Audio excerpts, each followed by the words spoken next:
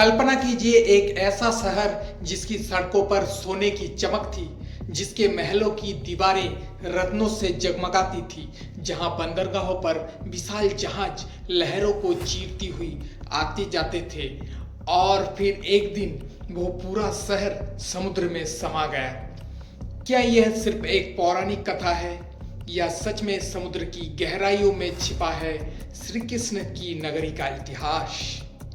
आज हम ले चलेंगे आपको उस रहस्य की तह तक जहां मिलते हैं ग्रंथ, विज्ञान और समुद्री खोज के सबूत। पॉइंट नंबर 1, समुद्र के नीचे कुछ तो है।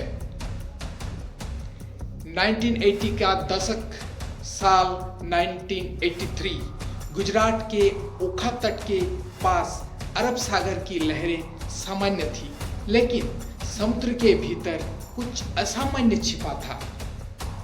भारतीय पुरातत्व सर्वेक्षण के समुद्री अभियान का नेतृत्व कर रहे थे एस.आर. राव, भारत के शुरुआती मरीन आर्कियोलॉजिस्ट। गोताखोर लगभग 25 से 30 मीटर उतरे, उन्हीं प्राकृतिक चट्टानों के बीच कुछ सीधी रेखाएं उसे समुद्र में दिखी।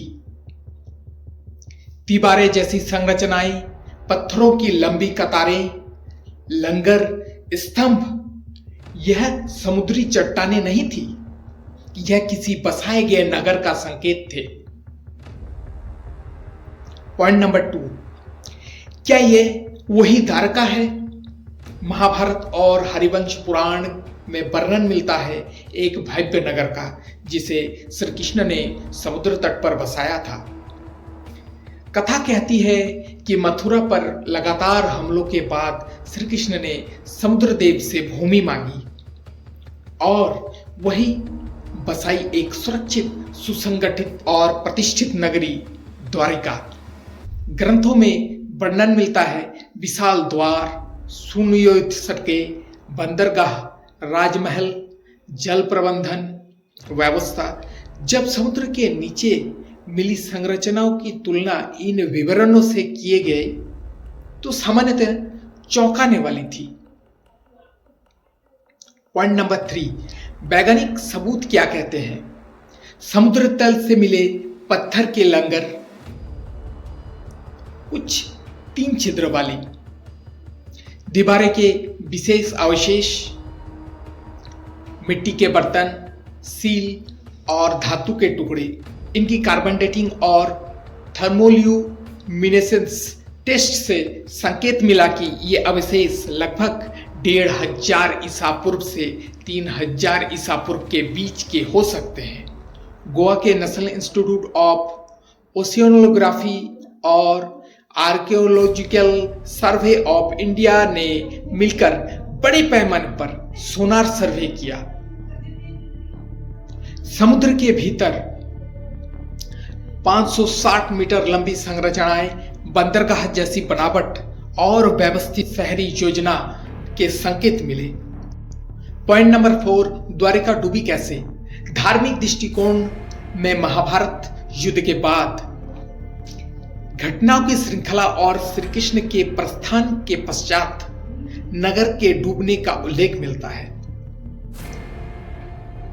लेकिन वैज्ञानिकों ने एक और संभावना रखी, सी लेवल राइज थ्योरी। भूगर्भीय अध्ययनों के अनुसार हजारों वर्ष पहले समुद्र का स्तर वर्तमान से कई मीटर नीचे था, फिर अचानक जल स्तर में वृद्धि हुई। संभवत कारण टेक्टोनिक गतिविधि, समुद्री भूकंप, सुनामी, ग्लेशियर पिघलना।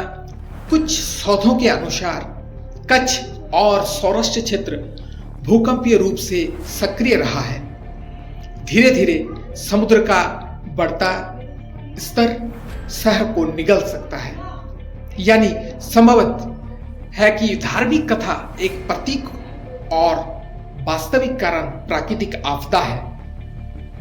पॉइंट नंबर 5, 2001 से 2007 का हाईटेक मिशन इस बार खोज और आधुनिक थी। National institute of ocean technology ने एडवांस सोनर, सब बॉटम प्रोफाइलर और डिजिटल मैपिंग का उपयोग किया। परिणाम चौकोर पत्थर के ब्लॉक, प्राचीन जल निकासी प्रणाली, बंदरगाह जैसे संरचनाएं, 4000 वर्ग मीटर क्षेत्र का मैपिंग, कुछ अवशेष 5000 वर्ष पुराने पाए गए। हालांकि कई अंतर्राष्ट्रीय इतिहासकार अब भी इसे निर्णायक प्रमाण नहीं मानते। उनका कहना है कि यह प्राचीन तटीय बस्ती हो सकती है। जरूरी नहीं कि वही ही महाभारत वाली द्वारिका हो। यही इस रहस्य को और रोमांचक बनाता है। तो सच्चाई क्या है? 3 संभावना है। यह वास्तव में वही प्राचीन द्वारिका है। यह एक प्राचीन समुद्री व्यापारिक नगर था। धार्मिक कथा और ऐतिहासिक घटना समय के साथ एक दूसरे में घुल गई। इतिहास में अक्सर ऐसा होता है, कहानी और तथ्य एक दूसरे से अलग करना आसान नहीं होता। आज भी गुजरात द्वारिका आस्था का केंद्र है। समुद्र हर दिन किनारे से टकराता है, जैसे कोई राज छुपा रहा हो।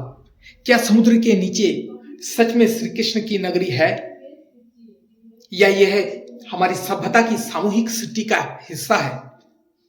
सवाल अब भी जिंदा है।